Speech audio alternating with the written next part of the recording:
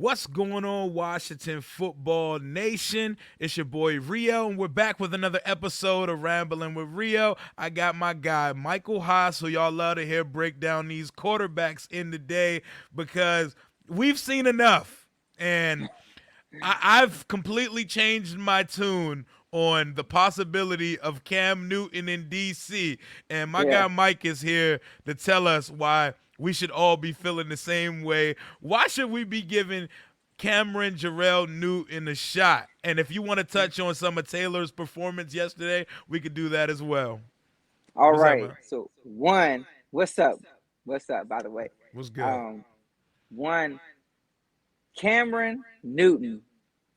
He doesn't have to be the answer, but he can be an answer. For now. And when you're for now. And the reason why I say that is when you're 0-6 in the red zone like we were last game, and then when we're in 4th and 1s where we can't convert or we're doing stupid. That was a dumb play call by Scott. Like it was. Scott has been doing pretty well, but like that was a dumb play call. Mm-hmm. But in the red zone and on these short yardages, right, especially because Gibson's hurt, like he's not 100%.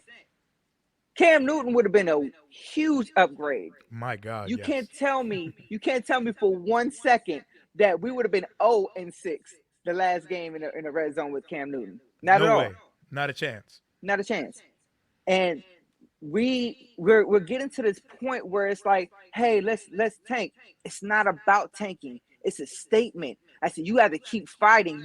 If you want somebody like Watson, they have to see hope, not just wins. They have to see that you got a desire to win. Mm-hmm. And 100%, like I would be on that phone trying to call about Deshaun Watson. I would be on that phone trying to call about Cam Newton. I would be on the phone trying to call about Tua. The thing with Tua, though, is you can't just leave him for a year. So if you're calling about Tua, you got to be serious about Tua. Mm-hmm. Because it's only fair for the prospect. I mean, don't ruin some kid's career because you want to play with, hey, he's better than what I have right now. Mm-hmm. But Cam, even the diminished, fading version of Cam Newton, who's nowhere near his MVP season, still has a stronger arm, still has better wheels, still has better vision, and can make throws that Heineke just physically is incapable of making. Yeah, and like I was trying to tell people, like I didn't feel like going into the season we should be making the Cam call, but I've completely changed my tune because even if he's not Superman, Clark Kent is better than what we have in the building at the moment. Yes, he is. And like my guy Lake made a point yesterday about Scott calling passes outside the hashes.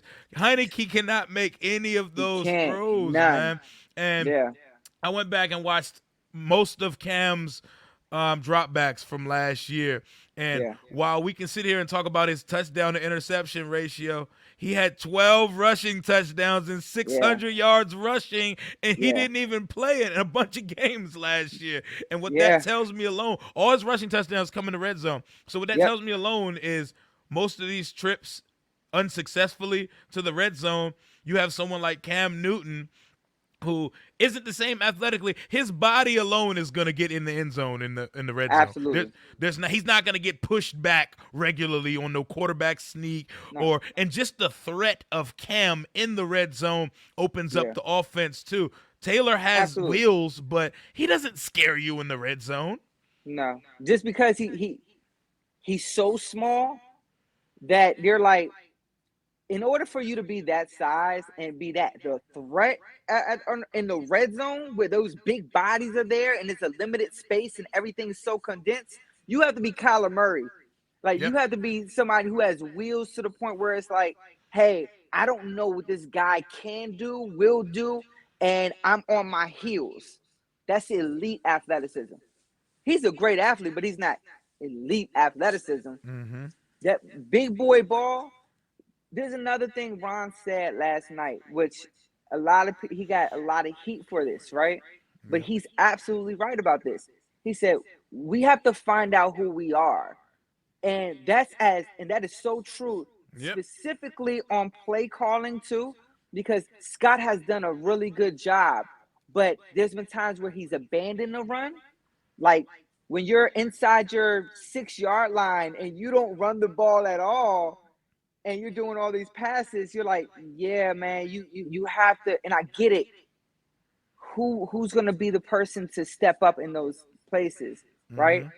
Cam would, but For sure. for sure, right? But it's the play calling has been inconsistent, but Scott has done a good job overall. With that said, is they still don't have an identity. Like, you have to know who you are as a team, and they're trying to figure this out. And Scott is learning on the fly, and Scott has his moments of brilliance, and Scott has his moments of epic failures, and they're doing this together. But it's impossible to accomplish without a guy behind center. Yep. One, and then it's impossible to be consistent when all of your weapons are hurt. Like Yep. everybody, like anybody that you had some type of expectation for is gone. Or even that was Cam Sims' first game since what, week 1, week I 2, know. It feels like I haven't and seen him this year. that one play where he flashed, you're looking at him like he's a difference maker. Mm-hmm. Like specifically for this offense, since he understands it, like he really fits well in this offense. You don't, Diami had some flashes, Early and in the but off season. Yep. but like he's had a really bumpy road. For sure. And then you're thinking about Curtis Samuel, who has not been able to be on that field. Who do you have? And then Logan's been gone for Mm-hmm. weeks. I Like, know. all you're Man. back to Terry McLaurin. So if you're only back to having your Terry McLaurin guy, and even Gibson is struggling to stay healthy right now, then whenever you have a chance to get rid of the ball, like Heineke did to McKissick yesterday, you do it. That's easy money. If you Mm-hmm. keep you have to throw to Terry, absolutely. But understanding the field, seeing the field, understanding the moment, the opportunity, get that first down, cuz. Like, I know he gotta take it. Like the thing that confuses me, it perplexes the hell out of me. He's been with Scott in 3 different places, so Yep. we've heard about how he knows this offense like it's a second language. Then why does he struggle to get through his progression? Why does he hold the ball so long? And why does he not see the field for someone who's seen this offense 3 different places? I don't understand it. Like, He I doesn't don't get it. trust he doesn't trust anybody. Like, he's not trusting his receivers, one. And he's not trusting the O line. Even though outside of this past week, our O line has been very, very good. I forgot the O line coach, but he's done. What's his name? You remember? What is it? Pete Handler's the tight end coach. Was it Matsko? John Matsko. Matsko? Yeah, I Yeah, I think think so. I it's think, Matsko. Yeah. yeah, he's done a phenomenal job. But outside of this past week, he doesn't trust his protection, and he doesn't trust his weapons downfield. That's why he hones in on Terry, and it's great to get Terry touches. It's even Mm-hmm. better to manufacture touches, Yep. but you have to be able to leave your reads faster, especially Yep. since you know the offense. Like, that's the only hesitation I have with bringing in any other quarterback with and having expectations of change. immediately this season is they won't know the offense. But Cam does. He does. Coincidentally enough, it wasn't his best performance with Scott. He did better in years prior, but he still knows the offense. And he still wouldn't make the dummy mistakes that Heineke makes. Yep, because Heineke, he lacks awareness, which leads to the question, why is Cam still unemployed at this point? There's a clear connection here with all of the Carolina guys that we've brought in, and I'm looking around the league. I'm seeing, well, I can't say Cooper Rush because Cooper Rush looked good last night. I'm seeing Geno Smith start games. Hey, look, I'm seeing Taylor Heineke. Cooper Rush looked kind of bad too. Like he looked really bad at certain points. Yeah, so oh yeah, but he looked better than Heineke. but that's not saying much at all. Like that, kudos to you. But I'm looking at Cooper Rush start a game. I'm looking at Geno Smith start a game, Taylor Heineke, and probably soon Kyle Allen start a game. And I'm like, Cam is vaccinated now, so the league can't use that excuse. Why is Cam Newton on the streets and 9 weeks into a season? Is it just the personality? Is the personality too strong to be in the locker room? Is it the fragility of people's quarterback rooms that they don't want a personality so profound in the locker room? It's probably has a mixture of a lot of things. It's definitely deeper than football. For sure. Like it's definitely deeper than football.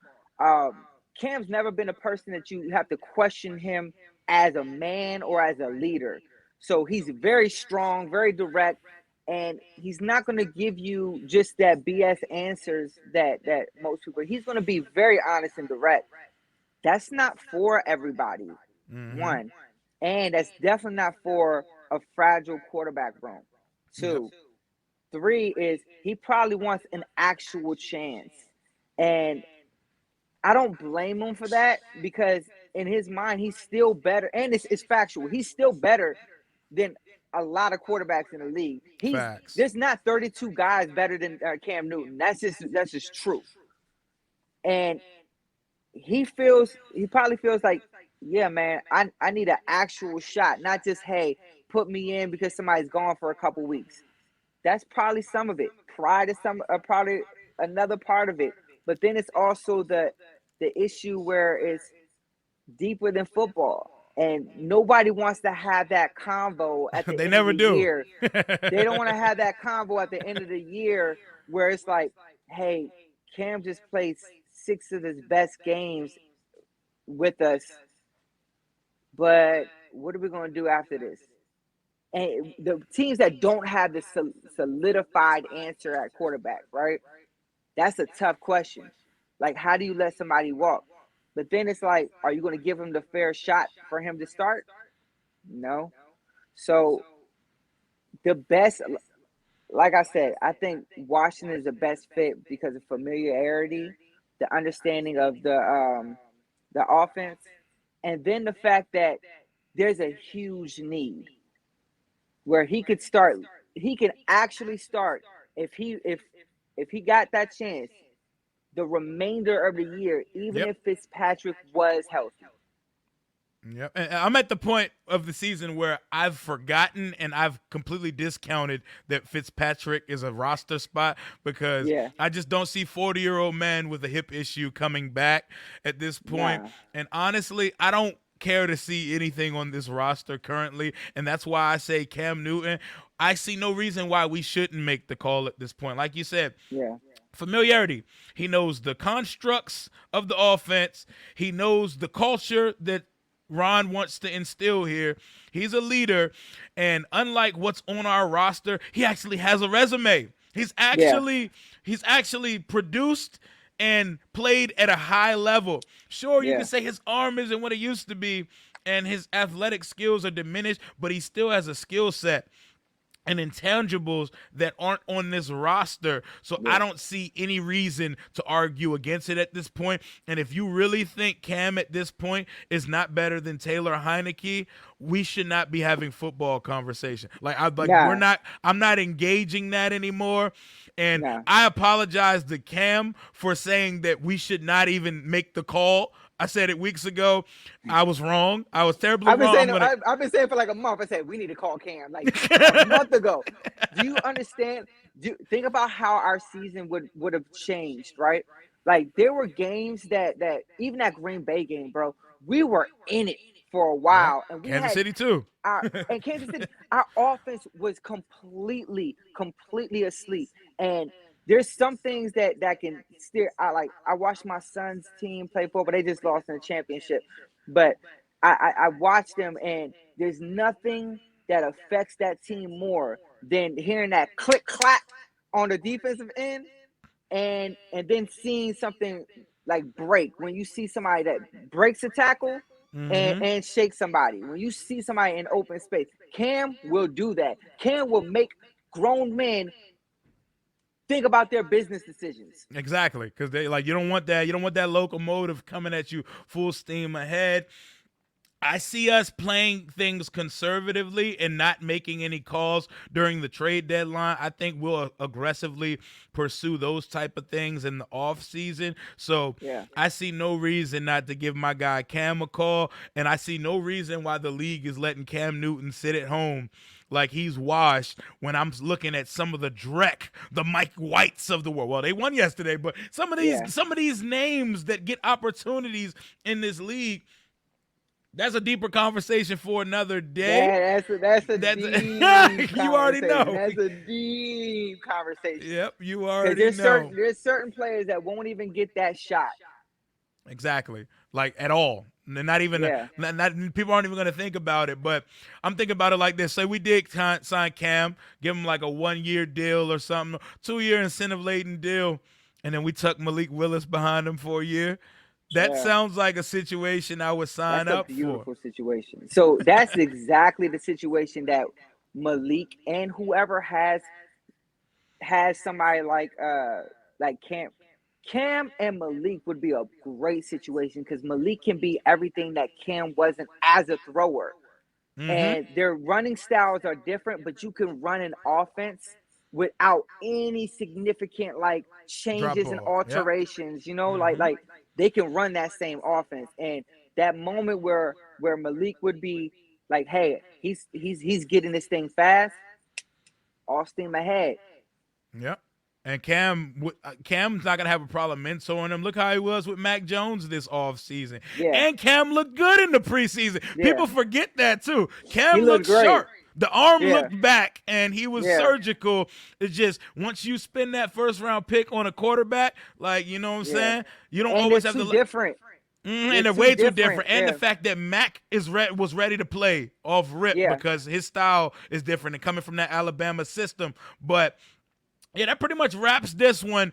Our next episode of QB1 of the Future, we're going to get that knocked out in the next week or so. Who is number 6 and 7 on your QB list? And let's give them a little preview of what's coming. All right, so this is somebody that nobody even has in their top 100 players. Dorian Thompson-Robinson, man. DTR. Like, DTR he's not getting the love that he deserves because he's done more in his time than Pickett has all of his career. But Pickett's having one of those exceptional years. Yeah, he's going crazy. DTR is there's some things he needs to work on, and he holds the ball low. Sometimes that ball, that way he holds the ball, it's ugly. It's kind of how I felt about ugly. Kellen Mond. Like I hated the way Kellen Mond holds the football. Like a lot of people love Kellen Mond. I was like, I don't. He was very robotic. He was really robotic. Number one, whereas like it wasn't natural. Very stiff, very robotic. And then the way he held the ball, it was just like I said, I don't know, man. I wouldn't have taken him early, and he did fall. The thing about DTR is he's much more fluid, very, very easy. Like his feet are very sound. There's moments where he fails at that, but overall, he's a lot more consistent with his fundamentals and foundation than even Desmond Ritter. So, but Desmond Ritter, I'm intrigued. You've got my attention. Like Desmond Ritter's a better quarterback right now, but like if Desmond Ritter had the way that DTR is able to layer his throws, the way it's not just like pew. He knows how to layer the throws. He has enough arm strength to get to the hashes. He knows how to read the defense. He's really good at manipulating with his eyes. and his foundation is very, very strong. It's more consistent than Ritter. It's not perfect. There's a lot of things he needs to work on, but he's he could start in this league. I think so too. And that leads us to number 7 on your list. Who's that going to be? Is that the Nevada kid? Or did we get to Carson yet? Yeah, we got Carson. So Carson is I have him at number 7 because he can be anywhere from 3, 4 to 7. Mm-hmm. The thing that I question about Carson Wentz is not the talent. That arm talent is he said Wentz. is that arm talent is real. Like, it cuts the wind when he throws the ball. Like, it cuts the wind. There's certain things he needs to work on. The same thing with Malik when it comes to like developing your touch, developing your feel for throws. He's a little more advanced than Willis at that. He's just, his eyes really concern me. Like, is it Romeo Dobbs, the one that kid, like his weapon, his main weapon? He's great. Yeah. He does that Heineke thing sometimes where he's staring him down, and every I'm like, play. Hey, bro.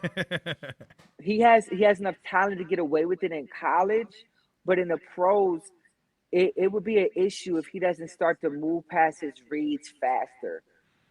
You know, like, if you're going to play big boy ball and if you're going to have a system which is going to allow you to go through progressions, you have to do that fast, especially on the college level when you're given so much room compared to the NFL where every inch matters. Okay. And that's all we're going to give them for right now, because we're going to give them a full episode and breakdown of those two guys. I'm looking forward to that. Tomorrow's the trade deadline. Do you see us being buyers or sellers, or just staying pat and conservative as we've seen Ron and company do so far since they arrived in town? Do I see us being conservative? Absolutely, I see us being conservative, but should we? Absolutely not. When I say this, I've changed my perspective like this. I would even put in one of the defensive linemen. Of course, not John Allen. Of course, I would do whatever I can. I would be on that phone trying to get Watson, right? Yep, right now. Right now. I wouldn't do anything for like Tua besides like a second round pick or something. But that's if you're completely sold on Tua. Don't do it unless you are, right? But for Watson, oh yeah, I would be on that phone. And if I couldn't get it, which we probably wouldn't be able to get it anyways, I would be on the phone with Cam. I would call to see what the price was for Mariota. Like, we have a bye week right now.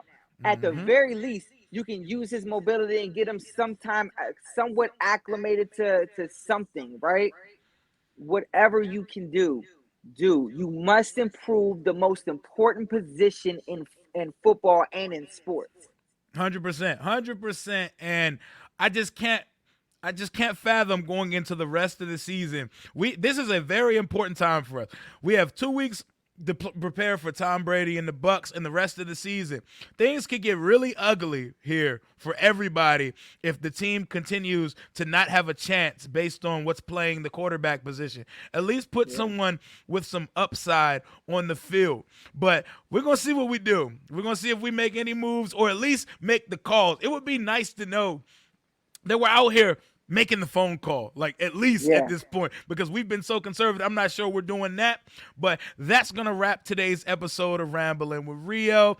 Make sure y'all check the channel. Make sure y'all follow me at Rio_Robinson91. Follow my guy Michael Haas, and be on the lookout for some more QB of the future content from the both of us. So until next time, hail to the nameless football team. Deuces. Deuce.